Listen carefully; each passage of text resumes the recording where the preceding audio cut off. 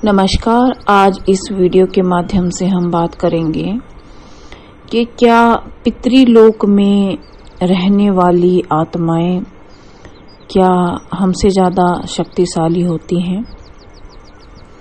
कैसे पता चलेगा कि अद्भुत शक्ति से संपन्न ये आत्माएं हमारे पितृ हैं या कोई और। आज हम इसी पर चर्चा करेंगे। अगर आपको यह वीडियो अच्छा लगे तो लाइक और शेयर कीजिएगा।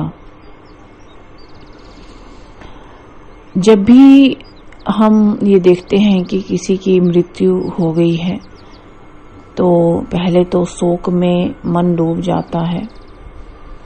दूसरी बात हमारे मन में ये हमेशा आती है कि जो मर गया है और जिसका दाह संस्कार हो गया है वो आत्मा कहाँ जाने वाली है।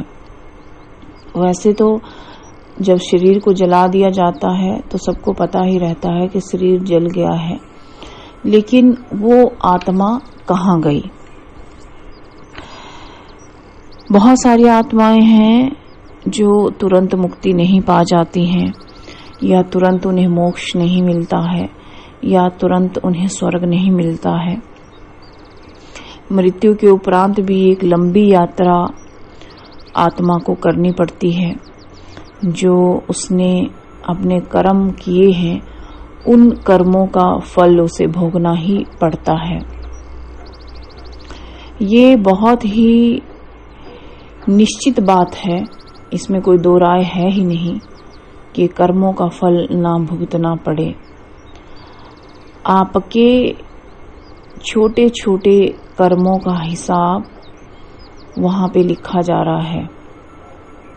कई बार लोग कहते हैं कि क्या भगवान के पास सुपर कंप्यूटर है, इस तरह से मजाक करते हैं। कई लोगों को तो ये भी लगता है कि वो जो अपराध करते हैं, छोटी छोटी चीजें करते हैं, उनका कोई हिसाब किताब नहीं है और उन्हें कोई नहीं देख रहा है। तो उन मूर्ख लोगों को ये ज्ञात नहीं कि परमपिता परमात्मा वो जगजननी आदि शक्ति हर स्थान हर जगह में उपस्थित है। कहा ही गया है कि कण कण में भगवान है।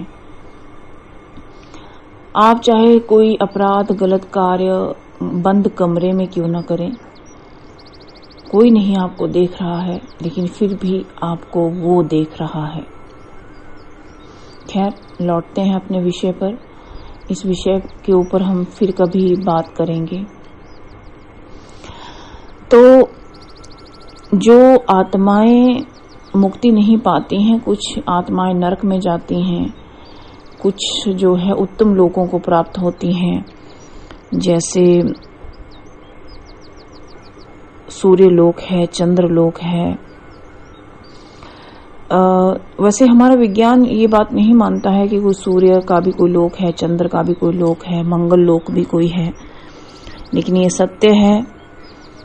सूर्य लोक है, चंद्र लोक है, परलोक है, वैकुंठ लोक है, दुर्गा लोक है, ब्रह्म लोक है, स्वर्ग लोक है। इस तरह से कई लोक हैं। लेकिन जो आत्माएं मुक्ति नहीं पाती हैं, स्वर्ग नहीं जाती हैं और पृथ्वी पर फिर से जन्म नहीं लेती हैं, वो पितृलोक में निवास करने लगती हैं।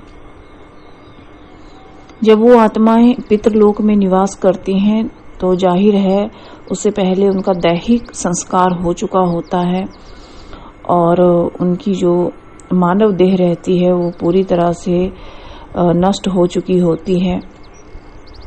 जब तक इंसान शरीर में है उसके ऊपर बहुत सारी रिस्ट्रिक्शंस हैं,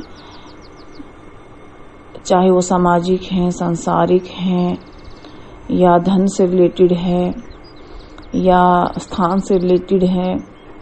इस तरह से बहुत सारी रिस्ट्रिक्शंस हैं, अलग अलग तरह की हैं। बहुत सारी उसकी लिमिटेशन है, उन लिमिट्स को वो क्रॉस नहीं कर सकता है। लेकिन जो पितृलोक में चले गए हैं, यानी जो आत्मा पितृलोक में निवास कर गई है, उनकी इस तरह से कोई रिस्ट्रिक्शन नहीं होती, उनकी लिमिट नहीं होती है। वे बहुत ही शक्तिशाली होती हैं, उनमें अद्भुत तरह की शक्तियां रहती हैं, वो शक्ति संपन्न व सर्वज्ञ रहती हैं। यदि इस विषय पर बात की जाए तो उनको अलग तरह के बहुत सारे ज्ञान रहते हैं जो शायद ही मनुष्य योनि में रहते हुए हम लोगों को होते हैं या नहीं होते हैं।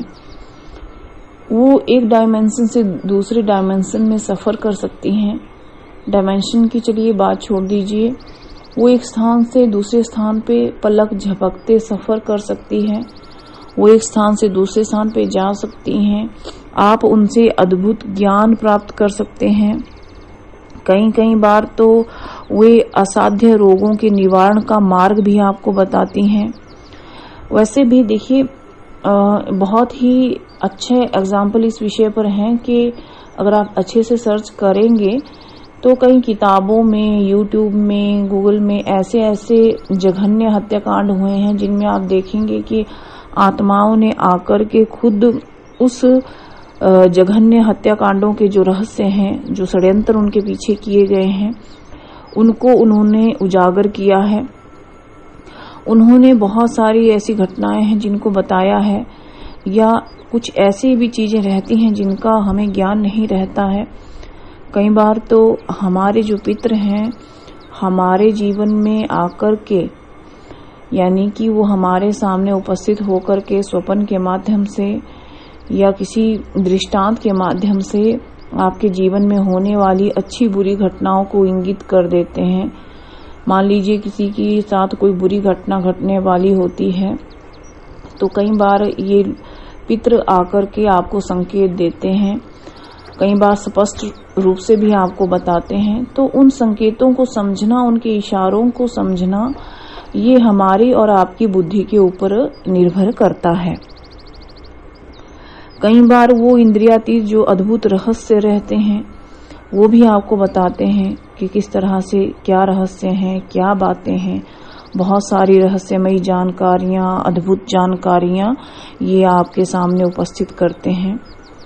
लेकिन आवश्यक ये है कि आप लोगों को इनका शीघ्र आवाहन नहीं करना चाहिए, इनको डिस्टर्ब नहीं करना चाहिए, या किसी मंत्र बल या किसी शक्ति के ऊपर इनको नहीं बुलाना चाहिए।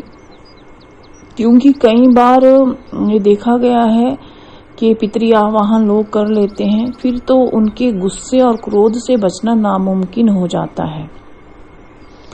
अगर इस तरह का कुछ आप करते हैं कर्म, तो ये जो पितृलोक की जो शक्तियां हैं, जो हमारे पितृ हैं, वो बहुत क्रुद्ध हो जाते हैं, आपके मार्ग अवरुद्ध कर देते हैं, आपको श्राप दे देते हैं, जीवन में कठिनाइयों का सामना आपको करना पड़ता है, बहुत सारी परेशानियां जीवन में आने लगती हैं। इसलिए अपने पितरों को जल्दी से छेड़ना नहीं चाहिए। देखा ये भी गया है कि जिन लोगों को पितृ बाधा रहती है, जो अपने पितृ तर्पण ठीक से नहीं करते हैं, पितरों को संतुष्ट नहीं करते हैं, उनके जीवन में समस्याएं ही समस्याएं घिरी रहती हैं। अगर आप अपने पितरों का उचित श्राद्ध कर्म नहीं करते हैं, उचित तर्पण नहीं करते हैं, तो ये फिर आपको सताना भी शुरू कर देते हैं, आपके धन के मार्ग बंद कर देंगे, कोई असाध्य रोग आपको हो जाएगा, आपके घर में गृह क्लेश नहीं रहेगा, घर में शांति का निवास नहीं होगा, पैसा आएगा लेकिन आकर के कहाँ चला गया आपको पता नहीं चलेगा, मानसिक अशांति, मानसिक परेशानी, शारीरिक परेशानी आदि व्याधि उस घर में निवास करने लगेगी। इस तरह के बहुत सारी चीजें आपके साथ घटित होने लगती हैं। यदि कोई साधना करते हैं तो उसका फल भी ये पितृ हमारे रोक लेते हैं। कई बार ऐसा भी सुनने में आता है कि मैंने इतनी साधना की, इतना मंत्र जप किया, मुझे कोई फल नहीं मिला। उसका कारण क्या रहता है? उसका कारण ये रहता है कि जब आप अपने पितरों को प्रसन्न नहीं करते हैं तो आप चाहे जितनी भक्ति कर लीजिए, जितनी साधना, उपासना, मंत्र जाप, पूजा पाठ कर लीजिए, पितृ भी आपके मंत्र फल की शक्ति को रोकने में सक्षम है। आप चाहे जितना दान पुण्य करेंगे उसको वो रोक देते हैं। आपके इष्ट देवी देवता तक आपकी भक्ति पहुंचने नहीं देते हैं। इसका कारण ये है कि पितृलोक नजदीक है और जो आपके इष्ट का जो लोक है वो हमसे ज्यादा दूरी पे है। जो आपकी भक्ति की जो शक्ति है या मंत्र जाप जो है, आपके पितृ तक पहुंचने से पहले आपको पितरों को संतुष्ट करना चाहिए। इष्ट तक वो तभी पहुंचेगी जब आपके पितृ संतुष्ट होंगे। ऐसा ही नहीं है, आपके पितृ आप में होने वाली अनेक परिवर्तनों को देखते हैं। यदि आप बड़ी श्रद्धा और विश्वास के साथ उनका तर्पण करते हैं तो वो आपको सर्वशक्ति संपन्न भी बना देते हैं और वो आपको अनेक रहस्यों को प्रकट करते हैं, गुप्त बातें बताते हैं। अनायास ही कोई दुर्घटना घटित होने वाली होती है उसको भी वो आपको बताते हैं और पितृ आपको बहुत सक्षम बना देते हैं। ऐसे लोगों के घर में धन का भी वास होने लगता है जो लोग पितरी सेवा करते हैं, और वो आपको शक्ति संपन्न भी बना देते हैं। इसलिए आवश्यक है कि आप अपने पितरों को पहले संतुष्ट करें, उनका आशीर्वाद लें। धन्यवाद।